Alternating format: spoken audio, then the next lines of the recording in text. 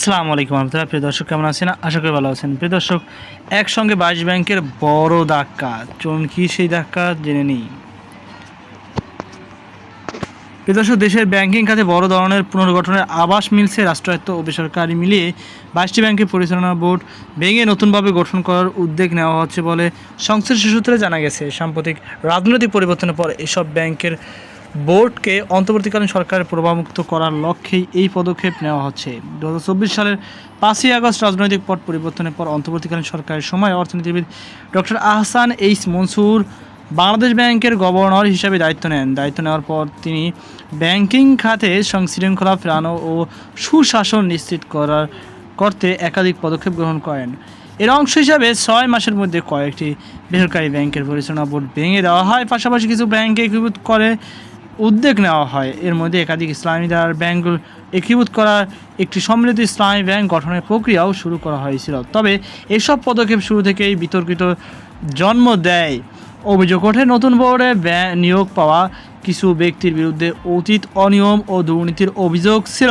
ফলে ব্যাংকিং খাতে কাঙ্ক্ষিত সুশাসন কতটা নিশ্চিত হয়েছে তা নিয়েও প্রশ্ন দেখা দেয়। চলতি বছরের 12ই ফেব্রুয়ারি নির্বাচনের মাধ্যমে নতুন সরকার দায়িত্ব নেওয়ার পর ব্যাংকিং খাত পুনর্গঠনের বিষয়টি আবারও আলোচনায় আসে। জানা গেছে, অর্থ মন্ত্রণালয়, আর্থিক প্রতিষ্ঠান বিভাগ এবং বাংলাদেশ ব্যাংক ইতিমধ্যে এ বিষয়ে প্রাথমিক কাজ শুরু করেছে। সংশ্লিষ্ট 22টি ব্যাংকের বর্তমান বোর্ডের কার্যক্রম পর্যালোচনা করা হচ্ছে।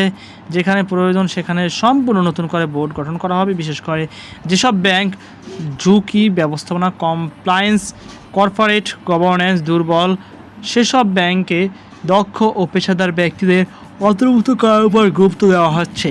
বিশেষজ্ঞদের মতে দেশের ব্যাংকিং খাত অর্থনীতির একটি অত্যন্ত সংবেদনশীল অংশ। তাই বোর্ড পুনর্গঠনের ক্ষেত্রে দক্ষতা ও অভিজ্ঞতা, স্বচ্ছতাকে অগ্রাধিকার দেওয়া জরুরি।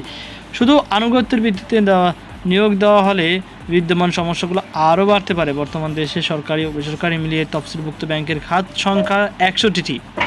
এতে বড় খাতের কার্যকর নজরদারি ও সুশাসন নিশ্চিত করা একটি বড় চ্যালেঞ্জ।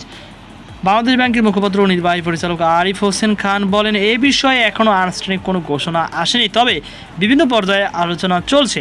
সব মিলে অন্তর্বর্তীকালীন সরকারের সময় গঠিত ব্যাংক বোর্ড পুনর্গঠন দেশের ব্যাংকিং খাতে নতুন দিক নির্দেশনা দিতে পারে। তবে এই প্রক্রিয়া কতটা স্বচ্ছ ও দক্ষতা বৃদ্ধি হবে সেটি এখন বড় প্রশ্ন। তো প্রিয় দর্শক, এই ছিল আমাদের সর্বশেষ আপডেট। সকল ভালো থাকুন, সুস্থ থাকুন। আজকে পর্যন্ত আল্লাহ হাফেজ।